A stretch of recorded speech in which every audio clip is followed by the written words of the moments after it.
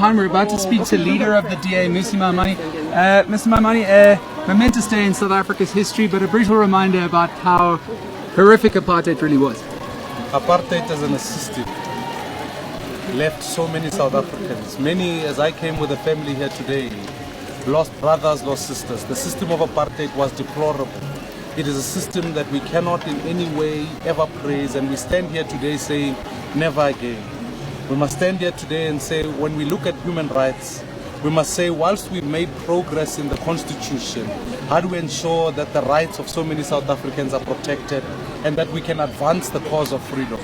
Days like this must be a reminder of all of us that the work is far from done, and we must continue to build a South Africa for all, a non-racial South Africa, a free South Africa. And that is why it is important for us to do.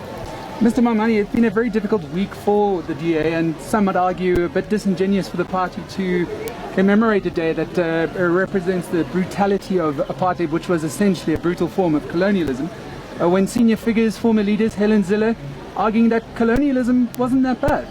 I stand here today and say those are not the views of the Democratic Alliance.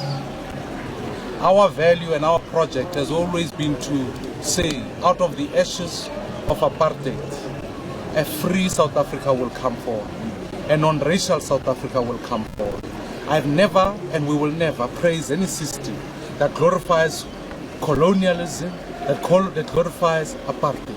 It is why we are here, in fact, to say as a party we've always stood that in fact we must, as a South Africa together, non-racial South Africa for all, black, white, Indian and colored, must stand together to charter a way forward towards freedom. That is why I'm here. That is why any matter, any issue we will deal with in the strongest terms possible. I will not shy away. I stand here as a South African who says, like me, like many South Africans, suffered under apartheid, we've got to stand up here today and say, how do we ensure that with the legacy that we have here today, we address that injustice and build an inclusive South Africa for all. That is the struggle, and when we talk about human rights today, it's a journey that we've got to build towards securing the rights of all South Africans. And the process of the Western Cape Premier's disciplinary? That matter has gone into our disciplinary processes, and investigation is well on its way.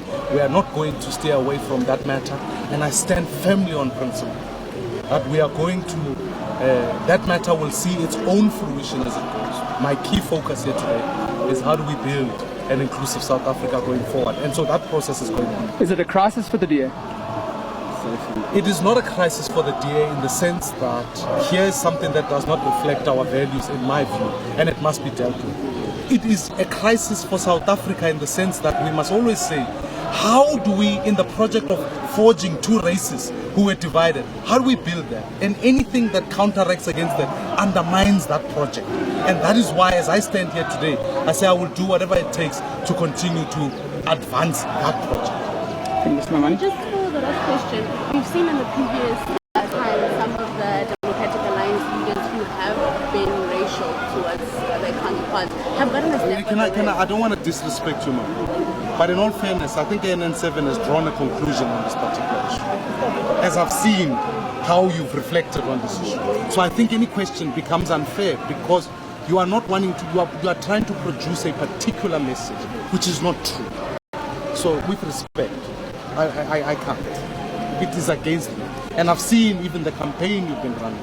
It is disingenuous. The fact of the matter is that I stand here today saying, if there's a member who said something that is not consistent with our values, that matter has been reflected to a disciplinary.